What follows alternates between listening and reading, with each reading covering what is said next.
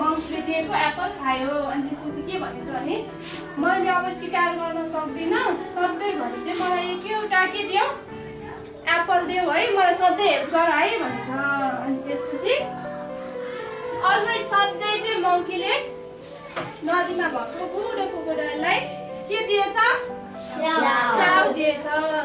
अनि सधैँ स्याउ खाइरहेको देखेर एक दिन क्रोकोडाइलले सोचेछ अब म चाहिँ यो मङ्कीको हट खाइदिन्छु, अनि म बलियो बन्छु।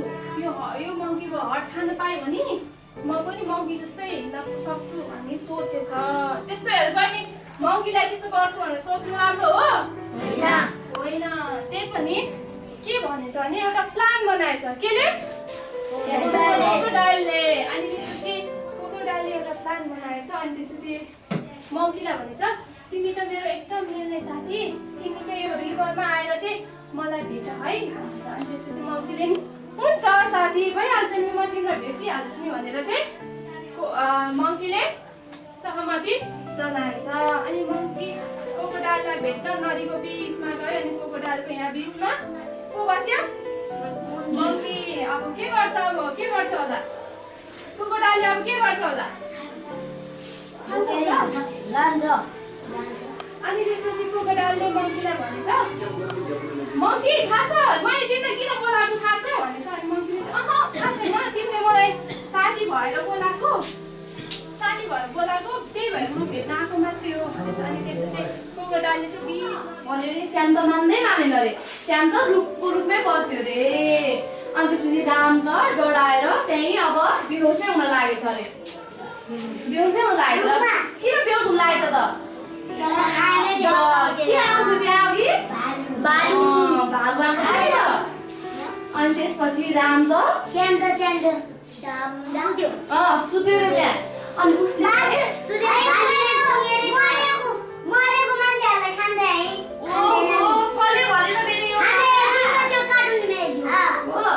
अनि त्यसपछि चाहिँ रामले चाहिँ एकचोटि सम्झेर ऊ चाहिँ त्यहाँ ढल्यो। उसले चाहिँ सम्झेर उसको बुबाले चाहिँ के भन्नुभएको थियो भन्दाखेरि जङ्गली जनावरहरूले चाहिँ कहिले जङ्गली जनावरहरूले भेट्यो भने चाहिँ त्यो बेला चाहिँ के एक्टिङ गर्नुपर्छ अरे भन्दाखेरि मरेको एक्टिङ गर्नुपर्छ अरे। अनि रामले चाहिँ के भनेछ त? सासै नफेरिकन त्यहाँ ढलेछ अरे। भालुले सबै सुँगेछ अरे। अनि मेरो त मरेछ भनेर गएछ अरे, नखाइकन गएछ अरे। अनि माथि चाहिँ को थियो? मुनि चाहिँ को ढलिरहेको राम हो। अनि त्यसपछि श्याम मुनि ढलेछ अरे। अनि श्यामले सोधेछ अरे राम तर अघि भालुले कानमा के भनेको भनेर सोधेछ अरे। अनि रामले के भनेछ अरे? दुःख परेको बेला आफूलाई सहयोग नगर्ने साथीसँग कहिले पनि नहिँड्नु भनेर भालुले चाहिँ रामको कानमा भन्दैछ अरे। त्यही भएर मैले के भन्छु अलवेज साथीसँग मिल्नु हो कि होइन? साथीले सबै कुरामा सेयर गर्नु, इरेजर नदिने नगर्नु, इरेजर पनि दिनु, साथीलाई कुट्ने नगर्नु भने हो कि मैले अस्तिदेखि हो। भालुले भनेर त कानमा अब रामलाई के भनेछ? नमिल्ने साथीसँग चाहिँ आफूलाई दुःख पर्दाखेरि साथ नदिने साथीसँग चाहिँ नहिँड्नु भनेर कानमा भनेछ नि रामको। त्यही भएर अलवेज के गर्नुपर्छ हामीले? भन्नु त आफ्नो साथीलाई माया गर्नुपर्छ, आफ्नो साथीसँग मिलेर बस्नुपर्छ हो कि होइन? छेटु हो कि होइन? म्यामी जस्तै त्यही भनेको हो कि होइन? हो साथीलाई के गर्नुपर्छ?